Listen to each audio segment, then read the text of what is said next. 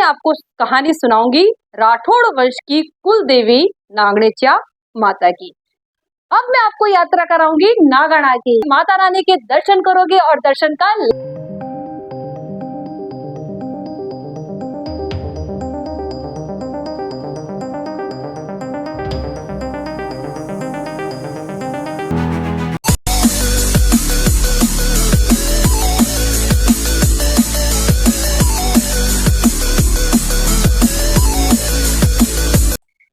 Hello guys, welcome to my class learning legacy class में आप सभी का स्वागत है। तो बच्चों, कैसे हो आप? आशा करती हूँ आप हमेशा की तरह स्वस्थ, मस्त और व्यस्त होंगे। और अभी तो आप बहुत ज्यादा ही व्यस्त और मस्त हैं, क्योंकि अभी कौन सा सीजन है? डांडिया सीजन। जैसे कि हमने क्या किया था पितृपक्ष में, हमने 18 अध्याय किए गीता के। अब गीता के जब अध्याय किए तो क्या होता है, एक उदाहरण के द्वारा मैं समझाती हूँ कि क्या होता है जब हम घर में किसी प्रकार का झगड़ा होता है या बच्चा कोई शैतानी करता है तो क्या होता है, पापा तो डांटते हैं। पापा क्या कहते हैं कि जीवन है, कठिनाइयों से भरा हुआ है। वो प्रैक्टिकली बातें बताते हैं हमें कि बेटा तुम्हें ये करना चाहिए, तुम्हें ये करना चाहिए, और जीवन की लड़ाई में तुम्हें टफ बनना है, प्रैक्टिकल बनना है, तुम्हें ज्ञान की बातें करनी है। तो क्या हुआ, पितृपक्ष में हमें परमात्मा ने समझाया, यानी पिताजी बनकर। फिर क्या होता है, जब पितृपक्ष समाप्त हो जाते हैं तो फिर हमारी माँ दुर्गा आती है, माँ अम्बे आती है। जैसे कि कभी बच्चे को डांट पड़ती है पापा के द्वारा तो क्या करती है, मम्मी बीच में आती है ना, तो मम्मी क्या कहती है कि बेटा कोई बात नहीं, पापा ने जो बोल दिया वो बोल दिया, वो ध्यान रखना। लेकिन वो क्या कहती है, तो माँ क्या कहती है, कोई बात नहीं, पिताजी ने जो बातें समझाई वो अच्छी है बेटा, उनको भी ध्यान पूर्वक सुनो। लेकिन जिंदगी में मनोरंजन भी जरूरी है, मस्ती भी जरूरी है। तो माँ क्या करती है, माँ हमेशा अपने प्यार से, दुलार से क्या करती है, बच्चों को अच्छी अच्छी बातों से उनका दिल खुश करके फिर वो बात मनवाती है बच्चों से। तो वैसे ही हमारी सृष्टि के जो चक्र है उसमें हमारे परम पिता हमें ज्ञान देते हैं, और जो हमारी अम्बे माँ है, नव दुर्गा माँ है, वो हमें क्या करती है, वो हमें प्यार से, दुलार से, नृत्य से, संगीत से क्या करती है, खुश करते हुए क्या करती है, तपस्या करवाती है, साधना करवाती है, आराधना करवाती है। तो जो माँ क्या होती है, माँ हमेशा बच्चों को क्या करती है, बच्चा जब भी टेंशन में होता है तो क्या करती है, वो प्यार से, दुलार से क्या करती है, उस बच्चे को मोटिवेट करती है और क्या करती है कि ये जीवन है, इसको प्यार से जीना सीखो। तो अभी चल रहे हैं हमारे नवरात्रा, और हमारी क्लासेस का उद्देश्य क्या है कि हमारी क्लासेस का, लर्निंग लेगेसी क्लासेस का उद्देश्य है कि जो कुछ भी अभी चल रहा है, जो कुछ भी जानकारियां आपको बाहर मिल जाती है, स्कूल में मिल जाती है, वो जानकारियां आपके लिए पर्याप्त होती है। लेकिन जो जानकारियां आप हासिल नहीं करते हो तो वो जानकारियां हम सरल तरीके से आप क्या करते हैं, आप तक लेके आते हैं। तो बच्चों, नवरात्रा में आप डांडिया करते हो, 9 देवियों के आपको नाम भी पता है, नव दुर्गा की पूजा भी करते हो, डांडिया भी करते हो, आराधना भी करते हो, और कई विद्वान और कई विदुषी पंडित क्या करते हैं, बड़ी बड़ी साधनाएं करते हैं, बड़ी बड़ी आराधनाएं करते हैं, और इस समय बहुत बड़ी बड़ी पूजाएं होती है, क्योंकि नवरात्रि, इस रात्रि का क्या होता है, इस रात्रि का महत्व होता है शिव रात्रि, नवरात्रि, यानी ये जो रात्रियां होती है ना, शिवरात्रि और नवरात्रि, तो ये क्या होती है, ये सिद्धियां प्रदान करने वाली रात्रियां होती है। इसमें क्या करते हैं, जो ज्ञानी जन होते हैं, जो पंडित जन होते हैं, उन्हें क्या पता होता है कि ये जो 9 दिन आए हैं उसमें साधना करनी है, ज्ञान की आराधना करनी है, तपस्या करनी है। तो वो क्या करते हैं, तपस्या के माध्यम से सिद्धियां प्राप्त कर लेते हैं। अब जैसे एग्जाम आते हैं तो बच्चा क्या करता है, जो होशियार बच्चा होता है वो क्या करता है, रात भर पढ़कर सुबह अच्छे मार्क्स लेके आता है। क्या करता है, वो पूरी रात पढ़ता है और सुबह कितने अच्छे मार्क्स लेके आता है, अच्छे मार्क्स गेन करता है। तो उसी प्रकार जिसको पता होता है कि भाई नवरात्रि का मतलब क्या है, कि इस समय माँ दुर्गा दिन में ही नहीं, रात्रि में भी हमें क्या करती है, सिद्धियां प्रदान करती है। तो इस समय क्या होता है कि नवरात्र में हमें दिन और रात अगर माँ की साधना की जाए, उपासना की जाए, तो माँ हमें सिद्धियां प्राप्त करती है।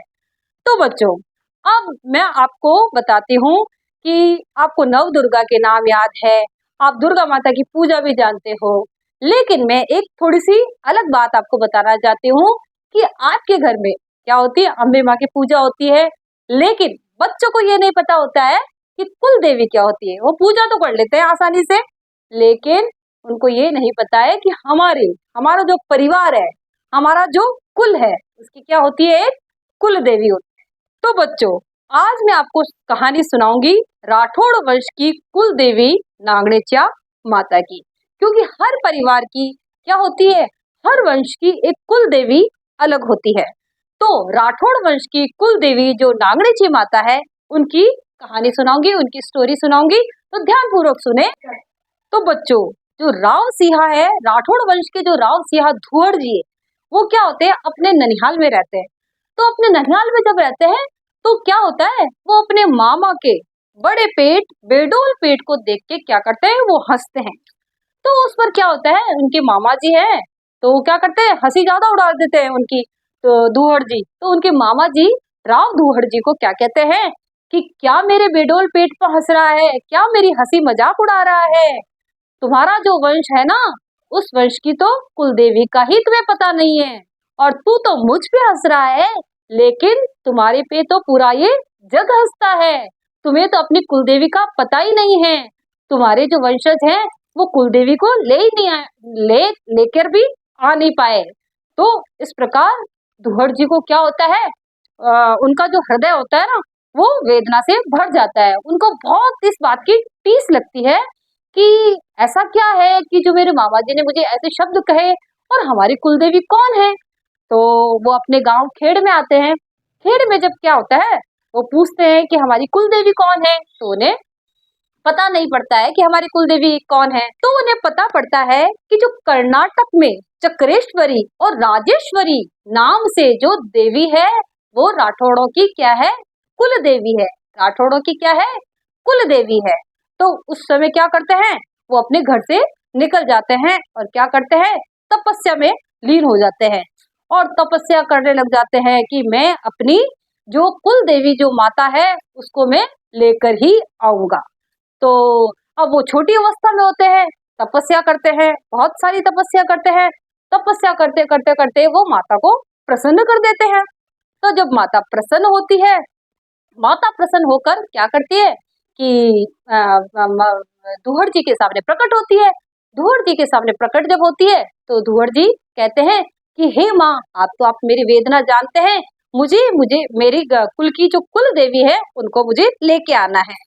तो इस पर माता जी कहते हैं, तुम तो अभी बालक हो और तुम अभी छोटे हो, और तुम इस प्रकार की हट मत करो, तुम इस प्रकार की जिद मत करो, और तुम ऐसा काम नहीं कर सकते। लेकिन जो धुहड़ जी थे, वो क्या करते हैं, हट करते हैं, और वो कहते हैं मैं अपनी कुल देवी को अपने जो राठौड़ वंश में स्थापित करके रहूंगा।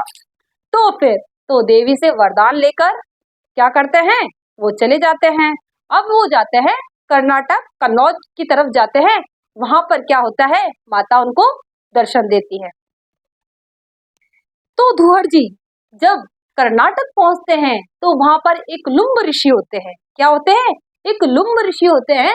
और लुम्ब ऋषि क्या कहते हैं कि हाँ धुहड़ जी, आपकी कुल देवी जो है चक्रेश्वरी माता, यही है चक्रेश्वरी राजेश्वरी जो माता है, वो यही आपकी कुल देवी है। तो क्या करते हैं धुहड़ जी, जैसे ही कुल देवी को ले जाने लगते हैं, तो क्या होती है, एक आकाशवाणी होती है। कुल देवी माँ क्या करती है, आवाज में बोलती है कि मैं तुम्हारे साथ चल तो रही हूँ, लेकिन मैं तुम्हारे साथ किस रूप में चलूंगी, पक्षी के रूप में तुम्हारे साथ रहूंगी। तो धुहड़ जी कहते हैं कि हे माता, मुझे पता कैसे पड़ेगा कि आप मेरे साथ चल रहे हो।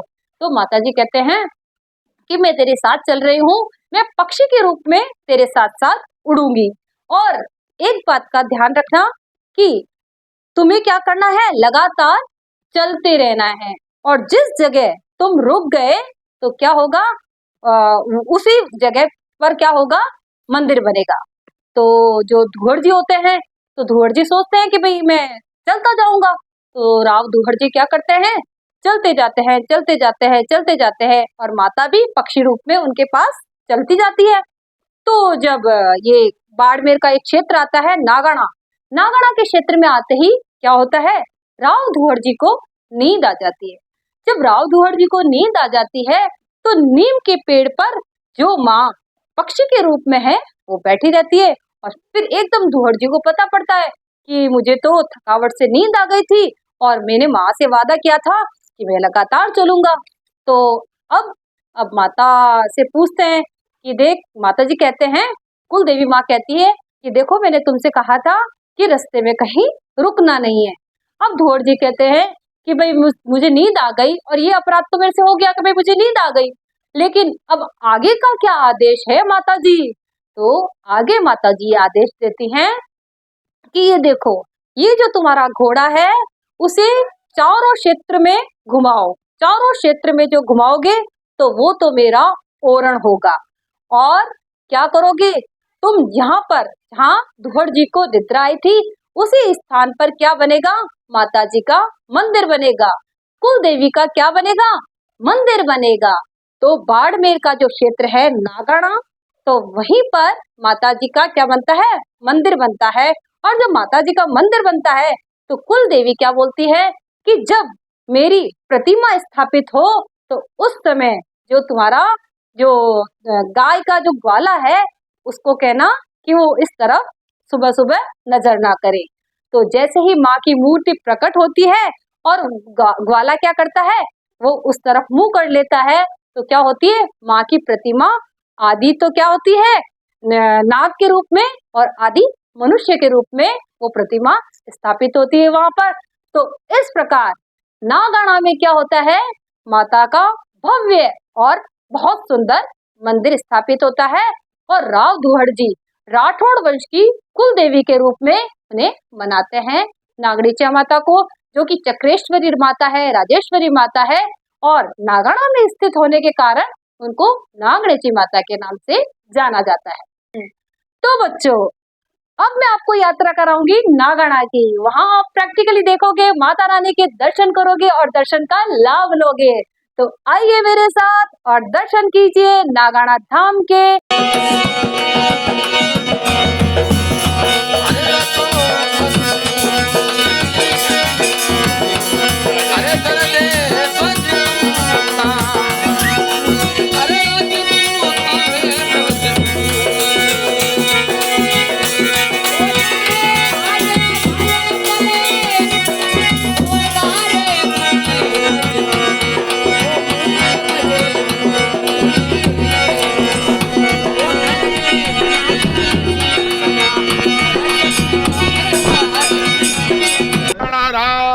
की जय।